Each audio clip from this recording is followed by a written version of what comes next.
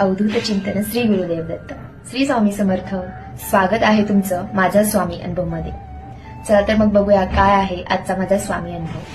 तर गेले कित्येक महिने मी एका गोष्टीसाठी खूप प्रयत्न करत होते आणि पण मला ती गोष्ट जमत नव्हती. मग माझ्याकडून खूप चुका व्हायच्या.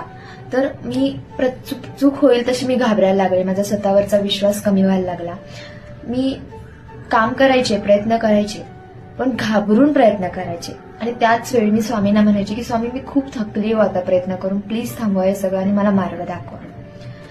पण काहीच नव्हतं होत. आणि एक दिवस अचानक म्हणजे ते घाबरून माझी ती भीती संपली. आणि त्याच्यानंतर मला असं झालं की ठीक आहे, आज जे येईल ते आपण फेस करायचं, काहीही होऊ दे. आणि ज्या दिवशी मी घाबरणं सोडलं, फक्त स्वामींना एकच प्रार्थना केली की स्वामी मला साथ द्या.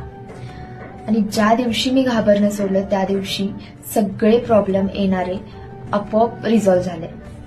आणि मग त्या दिवशी कळलं की ज्या दिवशी तुम्ही घाबरणं सोडता आणि तुमचे प्रयत्न प्रामाणिक करता तेव्हा स्वामी तुमची नक्की साथ देतात. त्यामुळं स्वामींचं जे वाक्य आहे की भिवू नकोस, मी तुझ्या पाठीशी आहे, तर ते थोडंसं मी रिफ्रेन करेन की भिवू नकोस तर स्वामी तुझ्या पाठीशी आहेत. जर तुम्ही घाबरत असाल आणि स्वामींची तुम्ही कितीही भक्ती करा, प्रार्थना करा, तुमचा प्रॉब्लेम रिझॉल्व्ह नाही होणार. स्वामी फक्त तुम्हाला शक्ती देतात त्या प्रॉब्लेमला फेस करायची. तो प्रॉब्लेम फेस करायचा, त्यातून बाहेर यायचं, हे सर्वस्वी तुमच्या हातात आहे. प्रयत्न करणं सर्वस्वी तुमच्या हातात आहे.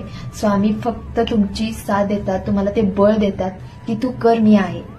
आणि खरंच ते आहेत. त्यामुळे न घाबरता कोणताही प्रयत्न असू दे, भीती सोडा आणि न घाबरता प्रयत्न करा, तरच स्वामी तुमची साथ देतील. म्हणूनच म्हणते, भिवू नकोस तर स्वामी तुझ्या पाठीशी आहेत. श्री स्वामी समर्थ.